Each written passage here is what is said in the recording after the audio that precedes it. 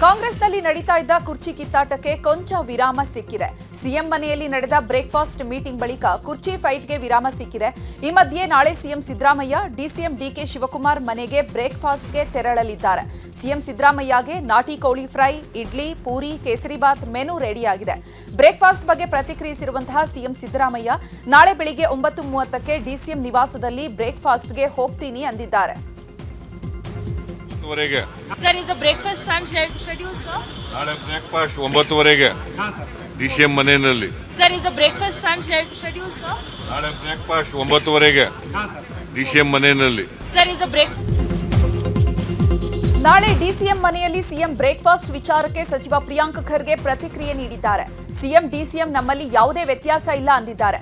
ಇನ್ನು ನಾನು ರಾಹುಲ್ ಗಾಂಧಿ ಭೇಟಿ ಮಾಡಿದ ಉದ್ದೇಶವೇ ಬೇರೆ ಇತ್ತು ಅಂದ್ರು. ಮೊದಲನೇದಾಗಿ ಬಹಳ ಸ್ಪಷ್ಟವಾಗಿ ಮುಖ್ಯಮಂತ್ರಿಗಳು ಉಪಮುಖ್ಯಮಂತ್ರಿಗಳು ನಮ್ಮಲ್ಲಿ ಯಾವುದೇ ವ್ಯತ್ಯಾಸ ಇಲ್ಲ ಅಂತ ಹೇಳಿದ್ದಾರೆ. ಅದನ್ನ ಬಹಿರಂಗವಾಗಿ ಮಾಧ್ಯಮ ಸ್ನೇಹಿತರ ಎದುರುಗಡೆ ಕೂತ್ಕೊಂಡೇ ಮಾತನಾಡಿದ್ದಾರೆ. ಅವ್ರಿಬ್ರೇ ಹೇಳಿದ್ಮೇಲೆ ಮತ್ತೆ ನಾನು ಯಾರು ಹೇಳಕ್ಕೆ? ನೋಡಿ, ನಾವು ಭೇಟಿಯಾಗಿದ್ದು ರಾಹುಲ್ ಗಾಂಧಿ ಅವರಿಗೆ ನಮ್ಮ ಉದ್ದೇಶನೇ ಬೇರೆ ಇತ್ತು. ಅದು ನಾನು ಕೂಡ ಬಹಿರಂಗವಾಗಿ ಹೇಳಿದ್ದೀನಿ. ಕುರ್ಚಿ ಫೈಟ್ ಮಧ್ಯೆ ದೆಹಲಿಗೆ ತೆರಳಿದ್ದ ಮಾಜಿ ಸಂಸದ ಡಿಕೆ ಸುರೇಶ್ ಬೆಂಗಳೂರಿಗೆ ವಾಪಸ್ ಆಗಿದ್ದಾರೆ. ಏರ್ಪೋರ್ಟ್ನಲ್ಲಿ ಮಾತನಾಡಿದ ಡಿಕೆ ಸುರೇಶ್, ನಾನು ವೈಯಕ್ತಿಕ ಕೆಲಸದ ಮೇಲೆ ದೆಹಲಿಗೆ ತೆರಳಿದ್ದೆ, ಅದನ್ನೆಲ್ಲ ಹೇಳುವ ಅವಶ್ಯಕತೆ ಇಲ್ಲ. ಎಲ್ಲವೂ ಸುಸೂತ್ರವಾಗಿ ನಡೀತಾ ಇದೆ. ನಾಳೆನೂ ಬ್ರೇಕ್ಫಾಸ್ಟ್ ಮೀಟಿಂಗ್ ಇದೆ. ಎಲ್ಲವೂ ಒಂದು ಹಂತಕ್ಕೆ ಬರುತ್ತೆ ಅಂತ ಹೇಳಿದ್ದಾರೆ. ನನ್ನ ಖಾಸಗಿ ಭೇಟಿ, ಅದನ್ನೆಲ್ಲ ನಾನು ಹೇಳಕ್ಕಾಗೋದಿಲ್ಲ. ಎಲ್ಲವೂ ಕೂಡ ಸುಸೂತ್ರವಾಗಿ ಆಗ್ತಾ ಇದೆ. ಬ್ರೇಕ್ಫಾಸ್ಟ್ ಮೀಟಿಂಗ್ ಆಗಿದೆ, ನಾಳೆನೂ ಬ್ರೇಕ್ಫಾಸ್ಟ್ ಮೀಟಿಂಗ್ ಇದೆ. ಎಲ್ಲ ಒಂದು ಹಂತಕ್ಕೆ ಬರುತ್ತೆ. ಹೈಕಮಾಂಡ್ ಸೂಕ್ತ ಸಮಯದಲ್ಲಿ ಸೂಕ್ತ ತೀರ್ಮಾನ ತಗೊಳುತ್ತೆ.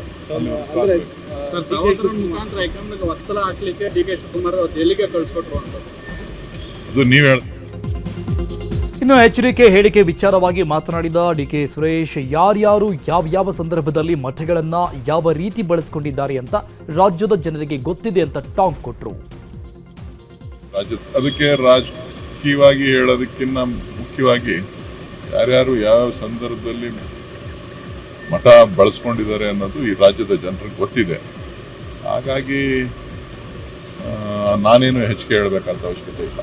ಅದಕ್ಕೆ ರಾಜಕೀಯವಾಗಿ ಹೇಳೋದಕ್ಕಿಂತ ಮುಖ್ಯವಾಗಿ ಯಾರ್ಯಾರು ಯಾವ ಸಂದರ್ಭದಲ್ಲಿ ಮಠ ಬಳಸ್ಕೊಂಡಿದ್ದಾರೆ ಅನ್ನೋದು ಈ ರಾಜ್ಯದ ಜನರಿಗೆ ಗೊತ್ತಿದೆ. ಹಾಗಾಗಿ ನಾನೇನು ಹೆಚ್ಚಿಗೆ ಹೇಳಬೇಕಂತ ಅವಶ್ಯಕತೆ.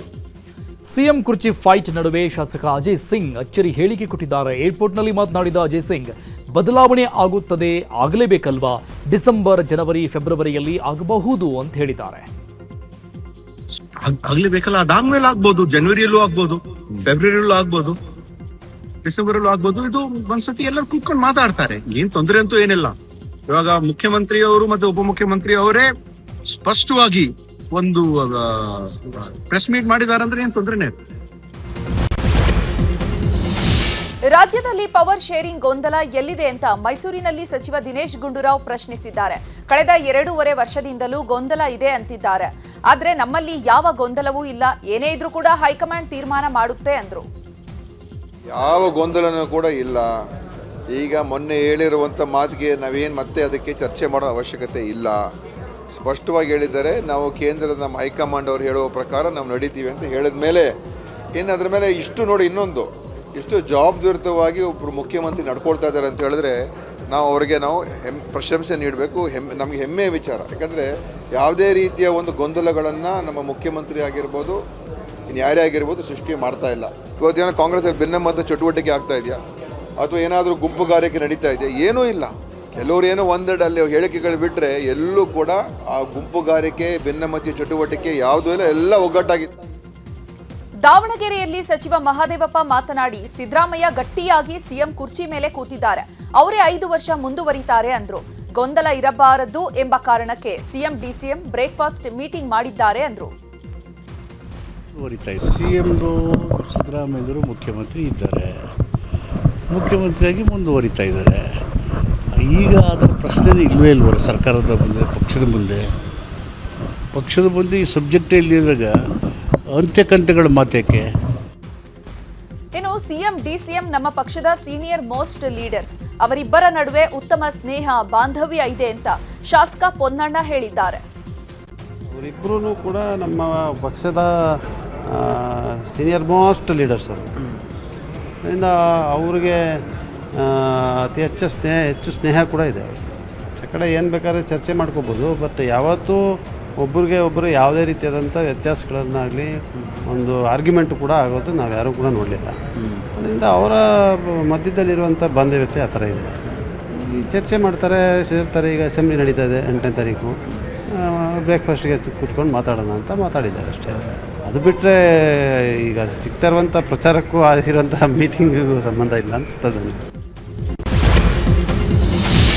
ಸ್ವಾಮೀಜಿಗಳು ರಾಜಕೀಯದ ಬಗ್ಗೆ ಮಾತನಾಡಬಾರದು ಅಂತ ಕೇಂದ್ರ ಸಚಿವ ಎಚ್.ಡಿ.ಕೆ ಹೇಳಿದ್ರು. ಈ ಬಗ್ಗೆ ವಿಶ್ವ ಒಕ್ಕಲಿಗ ಮಠದ ನಿಶ್ಚಲಾನಂದ ಸ್ವಾಮೀಜಿ ಪ್ರತಿಕ್ರಿಯೆ ಕೊಟ್ಟಿದ್ದಾರೆ. ಡಿಕೆಶಿ ಸಿಎಂ ಆಗಬೇಕು ಅಂತ ನಾನು ಹೇಳಿದ್ದೆ. ಮಠದ ಭಕ್ತರು, ಆಪ್ತರು, ನಮ್ಮ ಸಮುದಾಯದ ನಾಯಕನ ಪರ ನಾವು ಇರಬೇಕು ಅಂತ ಹೇಳಿದ್ರು. ಈ ಕಾರಣಕ್ಕಾಗಿ ನಾನು ಹೇಳಿದ್ದೇನೆ, ನನಗೆ ಯಾವುದೇ ಪಕ್ಷ ಇಲ್ಲ. ನಾವು ವೈಯಕ್ತಿಕವಾಗಿ ಶ್ರೀಮಠದ ಆಶ್ರಯದಲ್ಲಿ ರಾಜಕೀಯ ಹಸ್ತಕ್ಷೇಪ ಮಾಡಲ್ಲ ಅಂತ ಹೇಳಿದ್ದಾರೆ. ಅಂದರೆ ವಿಶೇಷವಾಗಿ ಒಬ್ಬೊಬ್ಬರಿಗೆ ಒಂದೊಂದು ರೀತಿ ಭಾವನೆ ಇರುತ್ತೆ. ಬಟ್ ನಾವು ವೈಯಕ್ತಿಕವಾಗಿ ಗಮನಿಸೋದಂತಂದರೆ ನಿಜವಾಗ್ಲೂ ಕೂಡ ಆಧ್ಯಾತ್ಮಿಕ ಮುಖಂಡರು ಮತ್ತು ಧಾರ್ಮಿಕ ಮುಖಂಡರುಗಳು ರಾಜಕೀಯ ಕ್ಷೇತ್ರಕ್ಕೆ ರಾಜಕೀಯ ವಿಷಯಗಳನ್ನು ಮಾತಾಡಬಾರ್ದು. ಯಾಕೆಂದರೆ ಇವತ್ತು ರಾಜಕೀಯ ಪರಿಸ್ಥಿತಿಯೂ ಕೂಡ ಒಂದು ಪ್ರಜಾಪ್ರಭುತ್ವ ಮಾದರಿಯಲ್ಲಿ, ಸಂವಿಧಾನಾತ್ಮಕ ಮಾದರಿಯಲ್ಲಿ ನಡೀತಾ ಇಲ್ಲ ಅನ್ನೋ ಒಂದು ಆರೋಪ ಕೂಡ ಕೇಳಿಬರ್ತಾ ಇದೆ. ಒಬ್ಬ ವಿದ್ಯಾವಂತ ವ್ಯಕ್ತಿಯಾಗಿ ಯೋಚನೆ ಮಾಡೋದಾದರೆ ಧಾರ್ಮಿಕ ಮುಖಂಡರುಗಳು ರಾಜಕೀಯ ವಿಷಯಕ್ಕೆ ಹೋಗಬಾರ್ದು. ಏಕೆಂದರೆ ಅವರು ಸಂವಿಧಾನಾತ್ಮಕವಾಗಿ ಪಕ್ಷದ ಶಿಸ್ತು ನಿಯಮಗಳಿಗೆ ಒಳಪಟ್ಟು ಅಧಿಕಾರ ಹಂಚಿಕೆಯನ್ನು ಮಾಡಬೇಕು, ಹಾಗೆಲ್ಲ ಇರುತ್ತೆ. ನಿರ್ಮಲಾನಂದನಾಥ ಶ್ರೀಗಳ ವಿರುದ್ಧ ಕೇಂದ್ರ ಸಚಿವ ಎಚ್.ಡಿ.ಕೆ ಅಸಮಾಧಾನ ವಿಚಾರಕ್ಕೆ ಶಾಸಕ ಎಚ್.ಸಿ. ಬಾಲಕೃಷ್ಣ ರಿಯಾಕ್ಷನ್ ಕೊಟ್ಟರು. ಸುಮ್ಮನೆ ಈ ರೀತಿ ಚಿಲ್ಲರೆ ಸ್ಟೇಟ್ಮೆಂಟ್ ಕೊಡಬಾರದು. ಸ್ವಾಮೀಜಿ ಅವರ ಆಶೀರ್ವಾದ ಇರದೆ ಇವರು ಸಿಎಂ ಆಗಿದ್ರಾ ಅಂತ ಪ್ರಶ್ನೆ ಮಾಡಿದ್ದಾರೆ. ನಮ್ಮ ಚುಂಚುನ್ ಶ್ರೀಗಳ ನೇತೃತ್ವದಲ್ಲಿ, ಬಾಲಗಂಗಾಧರ ಸ್ವಾಮೀಜಿ ಅವರ ನೇತೃತ್ವದಲ್ಲಿ ಒಂದು ಹೋರಾಟ ಆಯಿತು. ಈ ಹೋರಾಟ ಮಾಡಿದ್ದ ಸ್ವಾಮಿಗಳು ದೇವೇಗೌಡರು ಮುಖ್ಯಮಂತ್ರಿ ಆಗಲಿ ಅಂತ. ಆ ಹೋರಾಟದ ಫಲನೇ ದೇವೇಗೌಡರು ಮುಖ್ಯಮಂತ್ರಿ ಆಗಿದ್ದು. ನಾನು ಅವಾಗ ಇನ್ನೂ ಕೂಡ ಎಂಟ್ರಿ ಆಗಿದ್ದೆ. ನಾನು ಅವಾಗ ಬಿಜೆಪಿ ಶಾಸಕನಾಗಿ ಗೆದ್ದೆ. ನಾನು ಆವಾಗ ದೇವೇಗೌಡರು ಕೂಡ ಸಭೆಯಲ್ಲಿ ಬಂದು ಭಾಗವಹಿಸಿದ್ರು. ಒಮ್ಮೆ ಈ ತರ ಎಲ್ಲ ಚಿಲ್ಲರೆ ಸ್ಟೇಟ್ಮೆಂಟ್ಗಳನ್ನ ಕೊಡೋದನ್ನ ದಯಮಾಡಿ ಅವ್ರು ಬಿಡಬೇಕು ಅಂತ ಮನವಿ ಮಾಡ್ತೀವಿ. ಯಾರಿಗೋ ಅವು ಯಾರು ಯೋಗ ಆಯ್ತೋ, ಯಾವ ಸ್ವಾಮೀಜಿಗಳು ಯಾರು ಪರವಾಗಿ ಬ್ಯಾಟಿಂಗ್ ಮಾಡ್ತಾರೋ, ಇನ್ನೊಂದು ಹೇಳ್ತಾರೋ, ಅವ್ರವ್ರ ಆಶೀರ್ವಾದ ಮಾಡ್ತಾರೆ. ಇವ್ರಿಗೆ ಆಶೀರ್ವಾದ ಸ್ವಾಮೀಜಿ ಅವ್ರು ಬೇಡವಾಂದರೆ. ಕೋಡಿಮಠಕ್ಕೆ ಗೃಹ ಸಚಿವ ಪರಮೇಶ್ವರ್ ದಿಢೀರ್ ಭೇಟಿ ನೀಡಿದ್ದಾರೆ. ಕಾಂಗ್ರೆಸ್ನಲ್ಲಿ ನಾಯಕತ್ವ ಬದಲಾವಣೆ ಚರ್ಚೆಯ ಬೆನ್ನಲ್ಲೇ ಕೋಡಿಮಠಕ್ಕೆ ಗೃಹ ಸಚಿವ ಪರಮೇಶ್ವರ್ ಭೇಟಿ ನೀಡಿರೋದು ಚರ್ಚೆಗೆ ಗ್ರಾಸವಾಗಿದೆ. ಸುಮಾರು 1 ಗಂಟೆಗೂ ಹೆಚ್ಚು ಕಾಲ ಸ್ವಾಮೀಜಿ ಜೊತೆ ಪರಮೇಶ್ವರ್ ಗೌಪ್ಯ ಸಮಾಲೋಚನೆ ನಡೆಸಿದ್ದಾರೆ. ಸದ್ಯ ಪರಮೇಶ್ವರ್ ಅವರ ಈ ನಡೆ ಕುತೂಹಲ ಮೂಡಿಸಿದೆ. ಈಗ ರೈತರ ಹೋರಾಟದ ಪ್ರಮುಖ ಸುದ್ದಿಗಳನ್ನು ನೋಡೋಣ. ಹಾವೇರಿಯಲ್ಲಿ ಮೆಕ್ಕೆಜೋಳ ಬೆಳೆಗಾರರ ಹೋರಾಟ ಮುಂದುವರೆದಿದೆ. ನಗರದ ಮೈಲಾರ ಮಹಾದೇವಪ್ಪ ಸರ್ಕಲ್ನಲ್ಲಿ ಈ ಹೋರಾಟ ನಡೀತಾ ಇದೆ. ಇಂದು ನಡೆದ ಜಿಲ್ಲಾಧಿಕಾರಿ ಮತ್ತು ರೈತರ ನಡುವಿನ ಸಂಧಾನವೂ ವಿಫಲವಾಗಿದೆ. ಜಿಲ್ಲೆಯಾದ್ಯಂತ ಒಟ್ಟು 17,000 ಮೆಟ್ರಿಕ್ ಟನ್ ಜೋಳ ಖರೀದಿ ಮಾಡುವುದಾಗಿ ಜಿಲ್ಲಾಡಳಿತ ಹೇಳ್ತಾ ಇದೆ. ಆದರೆ ಇದಕ್ಕೆ ಒಪ್ಪದ ರೈತರು ಹೋರಾಟವನ್ನು ಮತ್ತಷ್ಟು ತೀವ್ರಗೊಳಿಸುವುದಕ್ಕೆ ನಿರ್ಧಾರ ಮಾಡಿದ್ದಾರೆ. ಡಿಸೆಂಬರ್ 8ರಂದು ಬೆಂಗಳೂರು ಪುಣೆ ರಾಷ್ಟ್ರೀಯ ಹೆದ್ದಾರಿ ತಡೆಯೋದಕ್ಕೆ ನಿರ್ಧರಿಸಿದ್ದಾರೆ. ಕೊಟ್ಟಂತ ಆದೇಶಕ್ಕೆ ನಮ್ಮ ರೈತ ಸಂಘ ಯಾವತ್ತು ಬೆಲೆ ಕೊಡೋ ಮಾತೇ ಇಲ್ಲ, ಬೆಲೆ ಕೊಡೋದೂ ಇಲ್ಲ. ಯಾಕಂದ್ರೆ ಇವತ್ತು ಆದೇಶ ತಗೊಂಡು ಮಾನ್ಯ ಜಿಲ್ಲಾಧಿಕಾರಿಗಳು ಬಂದು ನಮ್ಗೆ ಹೇಳಕ್ಕೆ ಬಂದರು. ಆ ಪ್ರತಿಯನ್ನು ಸುಟ್ಟು ಆಕ್ರೋಶವನ್ನು ವ್ಯಕ್ತಪಡಿಸಿದ್ದೀವಿ ನಾವು. ಯಾಕಂದ್ರೆ ಒಬ್ಬ ರೈತಂದು 5 ಕ್ವಿಂಟಲ್ ತೊಗೊಂಬಂದು ಕೊಡ್ರಿ ಅಂತಾರ. ಯಾವ ರೀತಿ ಕೊಡೋದು ನಾವು? ಹಾಗಾಗಿ ನಮಗೆ ಸರ್ಕಾರ ಏನು ಇವತ್ತು ನಮ್ಮ ಖರೀದಿ ಕೇಂದ್ರ ಪ್ರಾರಂಭ ಮಾಡೈತಿ, ಅದಕ್ಕೆ ನಮ್ಮ ಧಿಕ್ಕಾರ ಐತಿ. ಚಿತ್ರದುರ್ಗದಲ್ಲಿ ಬಿಜೆಪಿ ರೈತ ಮೋರ್ಚಾ ಬೃಹತ್ ಪ್ರತಿಭಟನೆ ಮಾಡಿತು. ಜಿಲ್ಲಾಧ್ಯಕ್ಷ ಕೆಟಿ ಕುಮಾರಸ್ವಾಮಿ ನೇತೃತ್ವದಲ್ಲಿ ನೀಲಕಂಠೇಶ್ವರ ದೇವಸ್ಥಾನದಿಂದ ಡಿಸಿ ಕಚೇರಿವರೆಗೆ ಪ್ರತಿಭಟನೆ ನಡೆಸಲಾಯಿತು.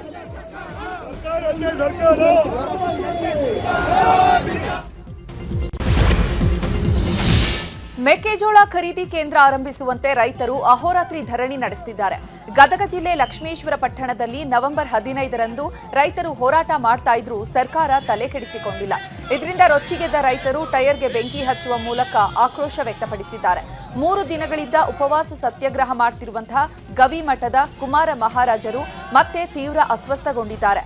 ರೈತರಿಗೆ ನ್ಯಾಯ ಸಿಗುವವರೆಗೂ ಚಿಕಿತ್ಸೆ ಬೇಡ ಅಂತ ಶ್ರೀಗಳು ಹಠಕ್ಕೆ ಬಿದ್ದು ವೇದಿಕೆಯಲ್ಲೇ ಮಲಗಿದ್ದಾರೆ.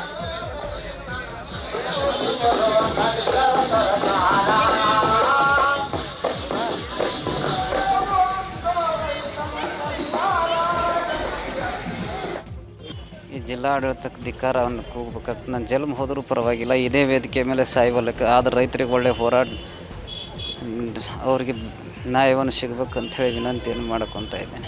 ಜಿಲ್ಲಾಧಿಕಾರಿಗಳು ಮತ್ತು ಸಚಿವರು ಬಳಿ ಸುಳ್ಳು ಭರವಸೆಯನ್ನು ಕೊಡ್ತಾ ಇದ್ದಾರೆ. ಈ ಜಾಗ ಬಿಟ್ಟು ಅಲ್ಗೋದಿಲ್ಲ, ಚಿಕಿತ್ಸೆಗೂ ಕೂಡ ನಾನು ಸಪೋರ್ಟ್ ಮಾಡೋದಿಲ್ಲ. ಸತ್ರು ಪರವಾಗಿಲ್ಲ, ರೈತರಿಗೆ ನ್ಯಾಯ ಸಿಗಬೇಕು. ನಮ್ಮ ಭಕ್ತರಿಗೆ ಒಂದೇ ಮಾತನ್ನು ಹೇಳೋದು, ನಾ ಸತ್ರು ಪರವಾಗಿಲ್ಲ, ಈ ರಾಜ್ಯ ಸರ್ಕಾರಕ್ಕೆ ತಕ್ಕ ಬಿಸಿಯನ್ನು ಕಲಿಸ್ಬೇಕು ಅಂತೇಳಿ ವಿನಂತಿಯನ್ನು ಮಾಡ್ಕೊತಾ ಇದ್ದೆ. ಮೆಕ್ಕೆಜೋಳ ಖರೀದಿ ಕೇಂದ್ರ ಆರಂಭ ಹಾಗೂ ತುಂಗಭದ್ರಾ ನಾಲೆಗೆ 2ನೇ ಬೆಳೆಗೆ ನೀರು ಬಿಡಬೇಕು ಅಂತ ಆಗ್ರಹಿಸಿ ಕೊಪ್ಪಳದಲ್ಲಿ ರೈತರು ಪ್ರತಿಭಟಿಸಿದರು. ರೈತರ ಹೋರಾಟಕ್ಕೆ ಬಿಜೆಪಿ ಸಾಥ್ ಕೊಟ್ಟಿದ್ದು ಪ್ರತಿಭಟನೆ ಕೈ ಜೋಡಿಸಿದೆ. ಎತ್ತಿನ ಬಂಡಿಯಲ್ಲಿ ಆಗಮಿಸಿದ ಬಿಜೆಪಿ ಮುಖಂಡರು ಸರ್ಕಾರದ ವಿರುದ್ಧ ಘೋಷಣೆ ಕೂಗಿ ಕಿಡಿಕಾರಿದರು.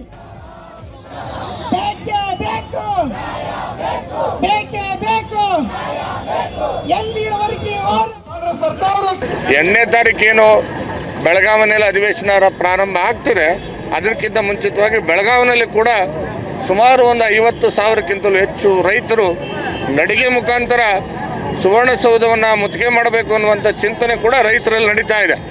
ಯಾಕಂದರೆ ಈ ಸರ್ಕಾರ ಕುರ್ಚಿ ಕದನದಲ್ಲಿ ತೊಡಕೊಂಡಿರ್ತಕ್ಕಂಥದ್ದು. ನಾವು ಕೇಳ್ತಾ ಇರ್ತಕ್ಕಂಥದ್ದು, ಕೇಂದ್ರ ಸರ್ಕಾರ ಏನು ಇವತ್ತು ಘೋಷಣೆ ಮಾಡಿದೆ ಆ ಬೆಂಬಲ ಬೆಲೆಗೆ ಜೊತೆಗೆ ಹೆಚ್ಚುವರಿಯಾಗಿ ಕೂಡ ರಾಜ್ಯ ಸರ್ಕಾರದ ಜವಾಬ್ದಾರಿ ಇದೆ. ಪ್ರತಿ ಕ್ವಿಂಟಲ್ಗೆ ಕನಿಷ್ಠ 500 ರೂಪಾಯಿದಿಂದ 600 ರೂಪಾಯಿ ಕೇಂದ್ರ ಸರ್ಕಾರದ ಬೆಂಬಲ ಬೆಲೆಯೊಂದಿಗೆ ಹೆಚ್ಚುವರಿಯಾಗಿ ರಾಜ್ಯ ಸರ್ಕಾರ ನೀಡಬೇಕು ಅಂತೇಳಿ ನಾವು ರೈತರ ಪರವಾಗಿ ಆಗ್ರಹವನ್ನು ಮಾಡ್ತಾ ಇದ್ದೇವೆ. ಮೆಕ್ಕೆಜೋಳ ಖರೀದಿ ಸಂಬಂಧ ರೈತರ ಹೋರಾಟಕ್ಕೆ ಬಿಜೆಪಿ ಬೆಂಬಲ ನೀಡಿದೆ. ಇದಕ್ಕೆ ಬಿಜೆಪಿ ನಾಯಕರ ವಿರುದ್ಧ ಕೃಷಿ ಸಚಿವ ಚಲುವರಾಯಸ್ವಾಮಿ ಕಿಡಿಕಾರಿದ್ದಾರೆ. ರೈತರು ಪ್ರತಿಭಟನೆ ಮಾಡಲಿ, ನಮ್ಮ ಅಭ್ಯಂತರ ಇಲ್ಲ, ಆದರೆ ಬಿಜೆಪಿಯವರಿಗೆ ನಾಚಿಕೆ ಮಾನ ಮರ್ಯಾದೆ ಇದೆಯಾ? 2 ಮಾಜಿ ಸಿಎಂ, 4 ಕೇಂದ್ರ ಮಂತ್ರಿಗಳಿದ್ದಾರೆ ಅಂತ ಕಿಡಿಕಾರಿದ್ದಾರೆ. ನಾವು ಎಷ್ಟೇ ಪತ್ರ ಬರೆದ್ರೂ ಸ್ಪಂದಿಸ್ತಾ ಇಲ್ಲ ಅಂತ ಕಿಡಿಕಾರಿದ್ರು. ಸರ್ಕಾರ ಆಗಲಿ ರಾಜ್ಯ ಸರ್ಕಾರದಲ್ಲಿ ಅವ್ರ ಸಮಸ್ಯೆಗೆ ಪರಿಹಾರ ಹುಡುಕಬೇಕು. ನಮ್ಮ ಎರಡೂ ಸರ್ಕಾರದ ಜವಾಬ್ದಾರಿಗಳು ಅವ್ರು ಪ್ರತಿಭಟನೆ ಮಾಡ್ತಾ ಇದ್ದಾರೆ ಸತ್ಯ. ಆದರೆ ಬಿ ಜೆ ಪಿ ನಾಯಕರೆಲ್ಲ ನಾಚಿಕೆ ಆಗಬೇಕು, ಮಾನ ಮರ್ಯಾದೆ ಇದೆಯಾ ಅಂತ ಫಸ್ಟ್ ನೋಡಬೇಕು. ಕೇಂದ್ರದ ಜವಾಬ್ದಾರಿಯನ್ನು ಕನಿಷ್ಠ ಗೊತ್ತಿಲ್ಲ. 2 ಮಾಜಿ ಮುಖ್ಯಮಂತ್ರಿಗಳು ರಾಜ್ಯದಿಂದ ರೆಪ್ರೆಸೆಂಟ್ ಮಾಡ್ತಾ ಇದ್ದಾರೆ. ಸೊ ಇಷ್ಟೆಲ್ಲ ನಾವು ಲೆಟ್ರು ಬರೆದು ಪ್ರೈಮ್ ಮಿನಿಸ್ಟ್ರಿಗೆ ಮಾತಾಡಿ ಸಿ ಎಮ್ಮು ನಾವೆಲ್ಲ ಅಟೆಂಡ್ ಮಾಡಿದ್ರೂ ಅವ್ರು ಏನೂ ಜಗ್ತಾ ಇಲ್ಲ. ಮೆಕ್ಕೆಜೋಳ ಕಡ್ಡಾಯ ಖರೀದಿಗೆ ಡಿಸ್ಟಿಲರ್ಗಳಿಗೆ ರಾಜ್ಯ ಸರ್ಕಾರ ಆದೇಶಿಸಿದೆ. ಇಂದಿನಿಂದಲೇ ಖರೀದಿ ಪ್ರಕ್ರಿಯೆಗೆ ಸರ್ಕಾರ ಸೂಚನೆ ಕೊಟ್ಟಿದೆ. ಸಹಕಾರ ಮಹಾಮಂಡಳದ ಮೂಲಕ 5 ಡಿಸ್ಟಿಲರ್ಗಳಿಗೆ ಹೆಸರು, ಖರೀದಿ ಪ್ರಮಾಣ ನಿಗದಿ ಮಾಡಲಾಗಿದೆ. ಧಾನ್ಯ ಆಧಾರಿತ ಎಥೆನಾಲ್ ಉತ್ಪಾದಿಸುವ ಡಿಸ್ಟಿಲರ್ಗಳಿಗೆ 44,892 ಮೆಟ್ರಿಕ್ ಟನ್ ಮೆಕ್ಕೆಜೋಳದ ಅಗತ್ಯ ಇದೆ. ಇದರಲ್ಲಿ 22,446 ಮೆಟ್ರಿಕ್ ಟನ್ ವಿಎಸ್ಎಸ್ಎನ್ ಅಥವಾ ಟ್ಯಾಪ್ ಕ್ಯಾಮ್ಸ್ ಮೂಲಕ ಖರೀದಿಗೆ ಸರ್ಕಾರ ಸೂಚನೆ ಕೊಟ್ಟಿದೆ. ಜೋಳ ಖರೀದಿಸಿ ಡಿಸ್ಟಿಲರ್ಗಳ ಗೋದಾಮುಗಳಿಗೆ ಮಹಾಮಂಡಳವೇ ಸರಬರಾಜು ಮಾಡಬೇಕು ಅಂತ ಸಹಕಾರ ಇಲಾಖೆ ಆದೇಶ ಹೊರಡಿಸಿದೆ.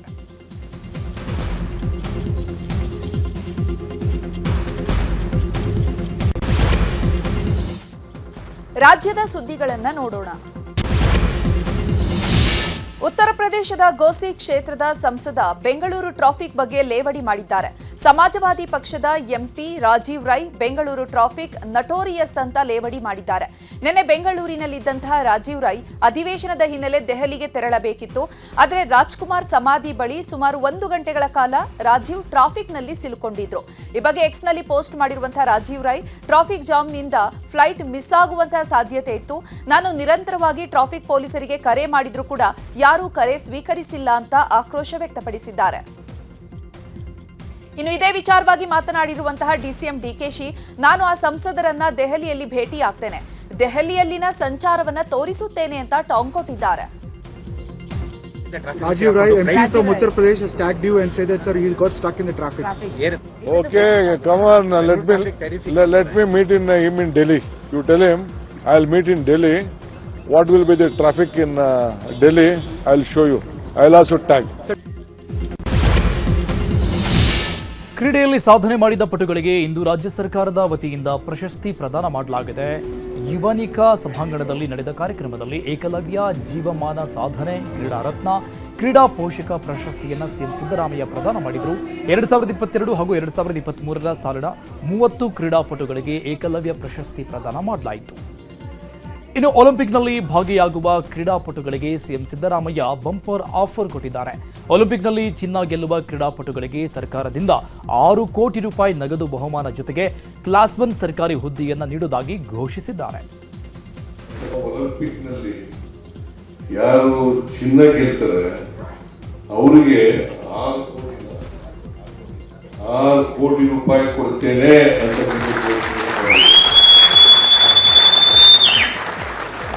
ಚಿನ್ನ ಗೆದ್ರೆ 6 ಕೋಟಿ ರೂಪಾಯಿ ಸರ್ಕಾರದಿಂದ ಕೊಡ್ತೇನೆ. ಜೊತೆಗೆ ಉದ್ಯೋಗ ಕೂಡ ಕೊಡ್ತೀವಿ. ಟೂರ್ನಲ್ಲಿ ಉದ್ಯೋಗವನ್ನು ಕೂಡ ಕೊಡ್ತೀವಿ. ಬೆಳ್ಳಿ ಗೆದ್ರೆ 4 ಕೋಟಿ ರೂಪಾಯಿಗಳು.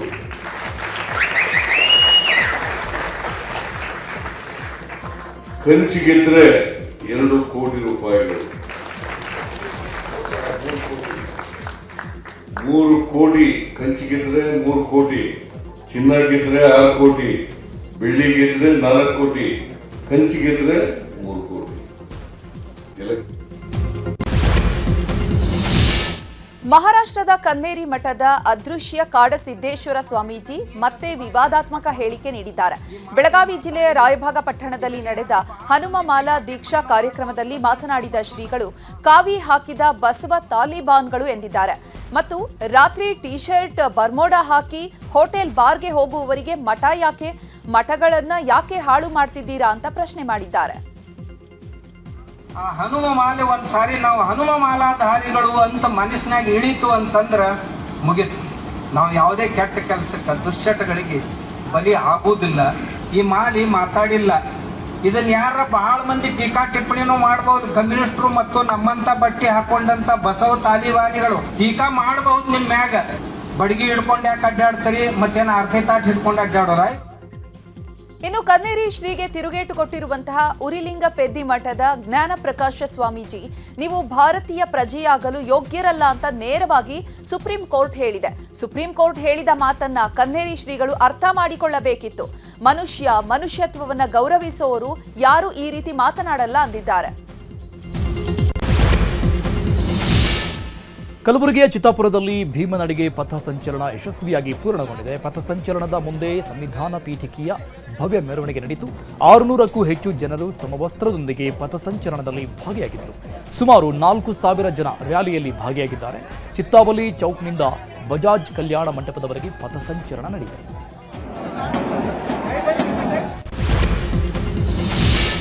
ಅಯ್ಯಪ್ಪ ಮಾಲೆ ಧರಿಸಿದಂತಹ ವಿದ್ಯಾರ್ಥಿಗಳನ್ನ ಕಾಲೇಜಿನಿಂದ ಹೊರಕಳಿಸಿರುವಂತಹ ಘಟನೆ ಚಿಕ್ಕಮಗಳೂರಿನಲ್ಲಿ ನಡೆದಿದೆ. ಚಿಕ್ಕಮಗಳೂರು ನಗರದ ಎಂಇಎಸ್ ಪಿಯು ಕಾಲೇಜಿನಲ್ಲಿ ಈ ಘಟನೆ ನಡೆದಿದ್ದು, ಅಯ್ಯಪ್ಪ ಮಾಲೆ ತೆಗೆದು ಕಾಲೇಜಿಗೆ ಬರುವಂತೆ ಪ್ರಿನ್ಸಿಪಲ್ ಹೇಳಿದ್ದಾರೆ. ಈ ಹಿನ್ನೆಲೆ ಕಾಲೇಜಿಗೆ ಬಂದಂತಹ ಹಿಂದೂ ಸಂಘಟನೆಗಳ ಮುಖಂಡರು ಕಾಲೇಜು ಆಡಳಿತ ಮಂಡಳಿಯ ವಿರುದ್ಧ ಆಕ್ರೋಶ ವ್ಯಕ್ತಪಡಿಸಿದ್ದಾರೆ. ಕ್ರೈಮ್ ಸುದ್ದಿಗಳನ್ನ ನೋಡೋಣ. ಉಡುಪಿಯ ನಿರ್ಜನ ಪ್ರದೇಶದಲ್ಲಿ ಯುವತಿಯನ್ನ ಅಡ್ಡಗಟ್ಟಿ ಅತ್ಯಾಚಾರ ಮತ್ತು ಕೊಲೆ ಯತ್ನಕ್ಕೆ ಪ್ರಯತ್ನಿಸಿರುವಂತಹ ಆರೋಪದ ಮೇಲೆ ಹಿಂದೂ ಜಾಗರಣಾ ವೇದಿಕೆಯ ಕಾರ್ಯಕರ್ತನನ್ನ ಬಂಧನ ಮಾಡಲಾಗಿದೆ. ಪೆರ್ಡೂರು ಹಿಂದೂ ಜಾಗರಣಾ ವೇದಿಕೆಯ ನಾಯರ್ ಕೋಡು ಘಟಕದ ಪ್ರದೀಪ್ ಪೂಜಾರಿ ಬಂಧಿತ ಆರೋಪಿ. ಈತ ಯುವತಿಯೊಬ್ಬಳನ್ನ ಮದುವೆಯಾಗುವಂತೆ ನಿರಂತರವಾಗಿ ಕಿರುಕುಳ ನೀಡ್ತಾ ಇದ್ದ. ಆದರೆ ಯುವತಿ ಮದುವೆಗೆ ನಿರಾಕರಿಸಿದ್ಲು. ನವೆಂಬರ್ 29ರಂದು ಯುವತಿ ನಿರ್ಜನ ಪ್ರದೇಶದಲ್ಲಿ ಹೋಗ್ತಾ ಇದ್ದಾಗ ಆಕೆಯನ್ನ ಅಡ್ಡಗಟ್ಟಿ ಅತ್ಯಾಚಾರ ಮಾಡಿದ್ದಾನಂತೆ. ಇಂದಿನಿಂದ ಸಂಸತ್ತಿನ ಚಳಿಗಾಲದ ಅಧಿವೇಶನ ಆರಂಭವಾಗಿದೆ. ಮೊದಲ ದಿನವೇ ಲೋಕಸಭೆ ವಿಪಕ್ಷ ಪ್ರತಿಭಟನೆಗೆ ಬಲಿಯಾಗಿದೆ.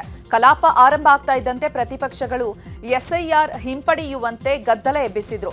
ಈ ವೇಳೆ ಕಲಾಪವನ್ನ 2 ಗಂಟೆವರೆಗೂ ಕೂಡ ಮುಂದೂಡಿಕೆ ಮಾಡಲಾಯಿತು. ಮತ್ತೆ ಪ್ರತಿಭಟನೆ ನಡೆಸಿದ ಹಿನ್ನೆಲೆ ಕಲಾಪವನ್ನ ನಾಳೆಗೆ ಮುಂದೂಡಿಕೆ ಮಾಡಿದ್ದಾರೆ. ಇನ್ನು ಅಧಿವೇಶನದಲ್ಲಿ ಸೋಲಿನ ಭೀತಿ ಪ್ರತಿಪಕ್ಷಗಳ ಚರ್ಚೆಗೆ ಕಾರಣವಾಗಬಾರದು ಅಂತ ಪ್ರಧಾನಿ ಮೋದಿ ಹೇಳಿದ್ದಾರೆ. ಜೊತೆಗೆ ರಾಜ್ಯಸಭೆಯಲ್ಲಿ ಮಾತನಾಡಿದ ಮೋದಿ ಉಪರಾಷ್ಟ್ರಪತಿ ರಾಧಾಕೃಷ್ಣನ್ಗೆ ಅಭಿನಂದನೆ ಸಲ್ಲಿಸಿದ್ರು.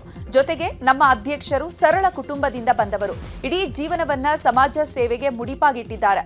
ಅವರ ಘನತೆಯನ್ನ ನಾವೆಲ್ಲರೂ ಕೂಡ ಕಾಪಾಡಬೇಕು ಅಂದ್ರು. ರಾಜ್ಯಸಭೆಯಲ್ಲಿ ಸರ್ಕಾರ ಮತ್ತು ಪ್ರತಿಪಕ್ಷಗಳ ನಡುವೆ ತೀವ್ರ ವಾಗ್ವಾದ ನಡೆದಿದೆ. ಮಾಜಿ ರಾಜ್ಯಸಭಾ ಸಭಾಪತಿ ಜಗದೀಪ್ ಧನ್ಕರ್ ನಿರ್ಗಮನದ ಬಗ್ಗೆ ಖರ್ಗೆ ಹೇಳಿಕೆಗೆ ಕಿರಣ್ ರಿಜಿಜು ಆಕ್ರೋಶ ವ್ಯಕ್ತಪಡಿಸಿದ್ದಾರೆ. ಕಿರಣ್ ರಿಜಿಜು ಮಾತನಾಡಿ, ಮಾಜಿ ಸಭಾಪತಿಯನ್ನ ಉಲ್ಲೇಖಿಸಲು ಖರ್ಗೆ ಅವರು ಬಳಸಿದ ಭಾಷೆ ಅವಮಾನಕರವಾಗಿದೆ ಅಂತ ಕಿಡಿಕಾರಿದರು. ಖರ್ಗೆ ಅವರ ಮಾತುಗಳು ಸಭಾಪತಿಯ ಘನತೆಯನ್ನ ಹಾಳು ಮಾಡುತ್ತವೆ ಅಂತ ಒತ್ತಿ ಹೇಳಿದ್ದಾರೆ. ತಮಿಳುನಾಡಿನಲ್ಲಿ ಬೆಚ್ಚಿ ಬೀಳಿಸುವಂತಹ ಘಟನೆ ನಡೆದಿದೆ. ಗಂಡನೇ ಪತ್ನಿಯನ್ನ ಕೊಂದು ಶವದ ಜೊತೆಗೆ ಸೆಲ್ಫಿ ತೆಗೆದು ವಾಟ್ಸ್ಆಪ್ ಸ್ಟೇಟಸ್ ಹಾಕಿದ್ದಾನೆ. ಕೊಯಮತ್ತೂರಿನಲ್ಲಿ ಘಟನೆ ನಡೆದಿದ್ದು, ಸದ್ಯ ಆರೋಪಿ ಪತಿ ಬಾಲಮುರುಗನ್ನನ್ನ ಪೊಲೀಸರು ಬಂಧಿಸಿದ್ದಾರೆ. ದೆಹಲಿಯಲ್ಲಿ ಸಂಭವಿಸಿದ ಕಾರು ಸ್ಫೋಟ ಪ್ರಕರಣ ಸಂಬಂಧಪಟ್ಟಂಗೆ ಎನ್ಐಎ ಅಧಿಕಾರಿಗಳು ಕಾಶ್ಮೀರದ ಹಲವು ಸ್ಥಳಗಳ ಮೇಲೆ ದಾಳಿ ಮಾಡಿದ್ದಾರೆ. ಶೋಪಿಯಾನ್, ಪುಲ್ವಾಮಾ, ಕುಲ್ಗಾಮ್ ಜಿಲ್ಲೆಗಳ 8 ಸ್ಥಳಗಳ ಮೇಲೆ ಏಕಕಾಲಕ್ಕೆ ದಾಳಿ ಮಾಡಿದ್ದು ಶೋಧ ಮುಂದುವರೆಸಿದ್ದಾರೆ. ನಟಿ ಸಮಂತಾ ಮತ್ತೆ ದಾಂಪತ್ಯ ಜೀವನಕ್ಕೆ ಕಾಲಿಟ್ಟಿದ್ದಾರೆ. ನಿರ್ಮಾಪಕ ಮತ್ತು ನಿರ್ದೇಶಕ ರಾಜ್ ನಿಡುಮೋರಿ ಜೊತೆ ಇಂದು ವಿವಾಹವಾಗಿದ್ದಾರೆ. ತಮಿಳುನಾಡಿನ ಕೊಯಮತ್ತೂರಿನ ಈಶಾ ಯೋಗ ಕೇಂದ್ರದ ಲಿಂಗಭೈರವಿ ದೇವಸ್ಥಾನದಲ್ಲಿ ಇಂದು ಸಪ್ತಪದಿ ತುಳಿದಿದ್ದಾರೆ. ಚಂಡಮಾರುತ ದಿತ್ವಾ ತೀವ್ರತೆ ಕಳೆದುಕೊಂಡಿದೆ. ಮಳೆಯ ಅಬ್ಬರ ಕಡಿಮೆಯಾಗಲಿದೆ. ತಮಿಳುನಾಡು ಮತ್ತು ಕರಾವಳಿ ಪ್ರದೇಶಗಳಲ್ಲಿ ವ್ಯಾಪಕ ಮಳೆಯಾಗಿದ್ದು ಜನಜೀವನ ಅಸ್ತವ್ಯಸ್ತಗೊಂಡಿದೆ. ದಿತ್ವಾ ಸೈಕ್ಲೋನ್ಗೆ ಈವರೆಗೂ ತಮಿಳುನಾಡಲ್ಲಿ 3 ಪ್ರಾಣ ಕಳೆದುಕೊಂಡಿದ್ದಾರೆ. ಪ್ರವಾಹದಿಂದ ಅಪಾರ ಪ್ರಮಾಣದ ಆಸ್ತಿ ಪಾಸ್ತಿ ನಾಶ ಆಗಿದೆ. ವಿದೇಶದ ಸುದ್ದಿಗಳನ್ನ ನೋಡೋಣ. ದಿತ್ವಾ ಸೈಕ್ಲೋನ್ಗೆ ನೆರೆಯ ರಾಷ್ಟ್ರ ಶ್ರೀಲಂಕಾ ತತ್ತರಿಸಿ ಹೋಗಿದೆ. ನಿರಂತರವಾಗಿ ಸುರಿತಾ ಇರೋ ರಣ ಮಳೆಯಿಂದ ಭಾರೀ ಪ್ರಮಾಣದ ಪ್ರವಾಹ ಉಂಟಾಗಿದೆ. ಈವರೆಗೂ 335 ಜನ ಮೃತಪಟ್ಟಿದ್ದಾರೆ. 370ಕ್ಕೂ ಹೆಚ್ಚು ಮಂದಿ ಕಾಣೆಯಾಗಿದ್ದಾರೆ. ಶ್ರೀಲಂಕಾದಲ್ಲಿ ಬೀಡು ಬಿಟ್ಟಿರುವಂತಹ ಭಾರತದ ಎನ್ಡಿಆರ್ಎಫ್ ಪಡೆಗಳು ಅಪಾಯದಲ್ಲಿ ಸಿಲುಕಿರುವ ಜನರನ್ನ ರಕ್ಷಿಸುತ್ತಿವೆ. ಸಮುದ್ರದ ಜಲಗಡಿ ದಾಟಿ ಭಾರತದೊಳಗೆ ಬಂದ ಬಾಂಗ್ಲಾದೇಶದ 13 ಮೀನುಗಾರರನ್ನ ಆಂಧ್ರದಲ್ಲಿ ಪೊಲೀಸರು ಬಂಧಿಸಿದ್ದಾರೆ. ಭಾರೀ ಗಾಳಿಗೆ ದಿಕ್ಕು ತಪ್ಪಿದ ದೋಣಿ ಆಂಧ್ರಪ್ರದೇಶದ ಶ್ರೀಕಾಕುಲಂ ಜಿಲ್ಲೆಯ ಕರಾವಳಿ ತೀರಕ್ಕೆ ಬಂದಿದೆ. ಸಮುದ್ರದಲ್ಲಿ ಬಿರುಗಾಳಿಗೆ ದಿಕ್ಕು ತಪ್ಪಿದ ಬಾಂಗ್ಲಾದೇಶದ ಮೀನುಗಾರರು ಭಾರತಕ್ಕೆ ಬಂದಿದ್ದಾರೆ. ಎಲ್ಲರನ್ನ ಬಂಧನ ಮಾಡಿರುವ ಪೊಲೀಸರು ಬಾಂಗ್ಲಾದೇಶಕ್ಕೆ ಮಾಹಿತಿ ಕೊಟ್ಟಿದ್ದಾರೆ. ಭ್ರಷ್ಟಾಚಾರ ಪ್ರಕರಣಗಳಲ್ಲಿ ಸಿಲುಕಿರುವಂತಹ ಇಸ್ರೇಲ್ ಪ್ರಧಾನಿ ಬೆಂಜಮಿನ್ ನೆತಾನ್ಯಾಹು ಅವರು ಇಸ್ರೇಲ್ ಅಧ್ಯಕ್ಷರಿಗೆ ಕ್ಷಮಾದಾನ ಕೋರಿ ಮನವಿ ಸಲ್ಲಿಸಿದ್ದಾರೆ. ನೆತಾನ್ಯಾಹು ಅವರು 2019ರಲ್ಲಿ 3 ಭ್ರಷ್ಟಾಚಾರ ಪ್ರಕರಣಗಳಲ್ಲಿ ದೋಷಾರೋಪಣೆಗೆ ಗುರಿಯಾಗಿದ್ರು. ಇದರಲ್ಲಿ ವಂಚನೆ, ನಂಬಿಕೆ ದ್ರೋಹ ಮತ್ತು ಶ್ರೀಮಂತ ಉದ್ಯಮಿಗಳಿಂದ ಲಂಚ ಸ್ವೀಕರಿಸಿದ ಆರೋಪಗಳಿವೆ. ಫಿಲಿಪೈನ್ಸ್ನಲ್ಲಿ ಸರ್ಕಾರದ ವಿರುದ್ಧ ಜನ ಸಿರಿದಿದ್ದಾರೆ. ದೇಶದಲ್ಲಿ ಭ್ರಷ್ಟಾಚಾರ ಮಿತಿ ಮೀರಿದೆ. ರಾಜಕಾರಣಿಗಳು ಮತ್ತು ಅಧಿಕಾರಿಗಳಿಂದಲೇ ಭ್ರಷ್ಟಾಚಾರ ನಡೀತಾ ಇದೆ. ಭ್ರಷ್ಟಾಚಾರ ಹಗರಣಗಳಲ್ಲಿ ಭಾಗಿಯಾಗಿರುವ ರಾಜಕಾರಣಿಗಳು ಮತ್ತು ಅಧಿಕಾರಿಗಳ ವಿರುದ್ಧ ಕ್ರಮ ತೆಗೆದುಕೊಳ್ಳಬೇಕು ಅಂತ ಒತ್ತಾಯಿಸಿ ಮನಿಲಾದಲ್ಲಿ ಸಾವಿರಾರು ಜನ ಬೃಹತ್ ರ್ಯಾಲಿ ಮಾಡಿದ್ದಾರೆ.